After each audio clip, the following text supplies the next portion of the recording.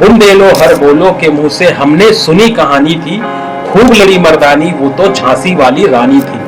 सुभद्रा कुमारी चौहान के इस रचना की इन पंक्तियों को सुनने के बाद ना हमारा रोम रोम जो है वो रोमांचित हो जाता है और बिल्कुल जोश से भर जाता है। और दोस्तों, रानी लक्ष्मीबाई की जो छवि है वो मन मस्तिष्क में ना बनने लगती है। ऐसा ही दृश्य ना अभी महिला वनडे वर्ल्ड कप में भी देखने को मिला, जहां पर भारत की एक बेटी ने पूरे विश्व को अपने नाम का लोहा मनवा लिया। कहते हैं कि जब जुनून आसमान छूने लगता है ना, तब घर का छत भी क्रिकेट ग्राउंड बन जाता है। जहां लोग खेलने के लिए मैदान खोजते हैं ना, वहीं इस बेटी ने अपने घर के छत को ही क्रिकेट का ग्राउंड बना लिया। और आज उसी बेटी ने महिला वनडे वर्ल्ड कप मैच में न्यूजीलैंड के खिलाफ 122 रन ठोककर सारी दुनिया को चौंका दिया। और 122 रन बनाकर उन्होंने केवल स्कोर बोर्ड को नहीं बदला, बल्कि भारतीय महिला क्रिकेट की एक नई कहानी लिख दी है। 1 सितंबर सन 2000 को एक छोटे से परिवार में दिल्ली में जन्मी प्रतीका रावल ने ये सब चमत्कार जो है वो एकदम रातों रात नहीं किया है। ये चमत्कार उनके वर्षों का अटूट अनुशासन, अनेक चुनौतियों का सामना और उनकी मानसिक दृढ़ता का प्रमाण है। और यही सारी बातें ना उनको क्रिकेट का साइंटिस्ट भी बनाती है। दरअसल 25 वर्षीय प्रतीका रावल ने अपनी ग्रेजुएशन की पढ़ाई साइकोलॉजी से की और क्रिकेट खेलना इनका पैशन था। तो खेल और पढ़ाई के इस संगम के कारण ना इनके आसपास के और इनके चाहने वाले जो लोग हैं वो लोग इनको क्रिकेट का साइंटिस्ट कहने लगे। और प्रतीका रावल का यही ज्ञान पिच पर बॉलर की बॉडी लैंग्वेज और उनकी स्ट्रेटेजी को समझने में काफी हद तक मदद करता है। प्रतीका के पिताजी यानी कि प्रदीप रावल जी बीसीसीआई द्वारा प्रमाणित सेकंड लेवल के अंपायर रह चुके हैं। प्रतीका के जीवन में क्रिकेट ना महज 3 साल की उम्र में ही जुड़ गया। तो 3 साल के बच्चे खिलौनों से खेलना सीख रहे होते हैं ना, उसी 3 साल की आयु में बेबी प्रतीका ने अपने हाथों में बल्ला थाम रखा था। और उनकी उस प्रतिभा को देखकर उनके पिताजी ने 6 वर्ष की आयु में क्रिकेट एकेडमी में प्रतीका का जो एडमिशन है वो करवा दिया।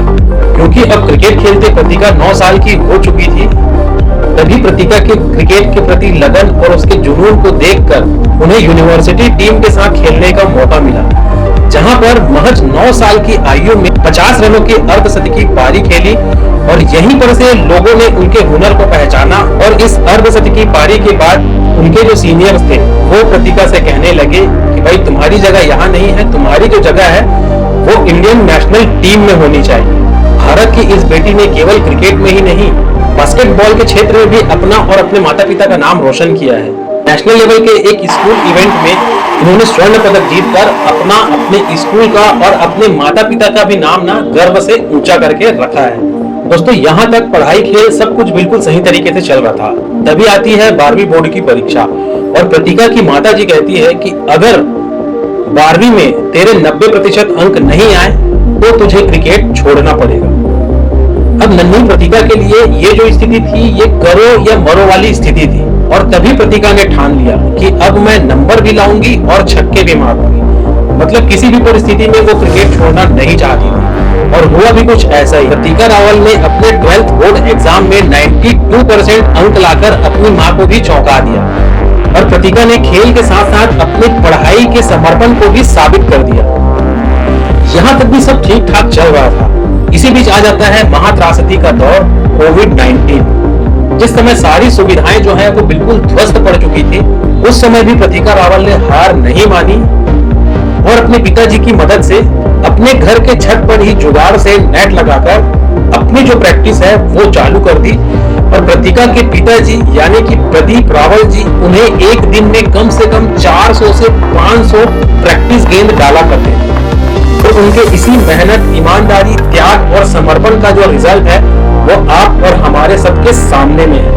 और दोस्तों, यहाँ पर आप लोगों को एक चीज मैं और बता देता हूँ कि हमारी प्रतीका रावल जो है वो हनुमान जी की भी बड़ी भक्त है। जब भी वो मैच खेलने के लिए मैदान पर उतरती है तो मैदान पर उतरने से पहले वो एक बार हनुमान चालीसा जरूर सुनती है, जिससे उनको ना मानसिक रूप से मजबूती मिलती है। तो ये चीज होना भी चाहिए, क्योंकि भाई हनुमान चालीसा कोई ऐसी वैसी चालीसा नहीं है। इसको सुनने और पढ़ने से आदमी मानसिक और शारीरिक रूप से मजबूत होता है।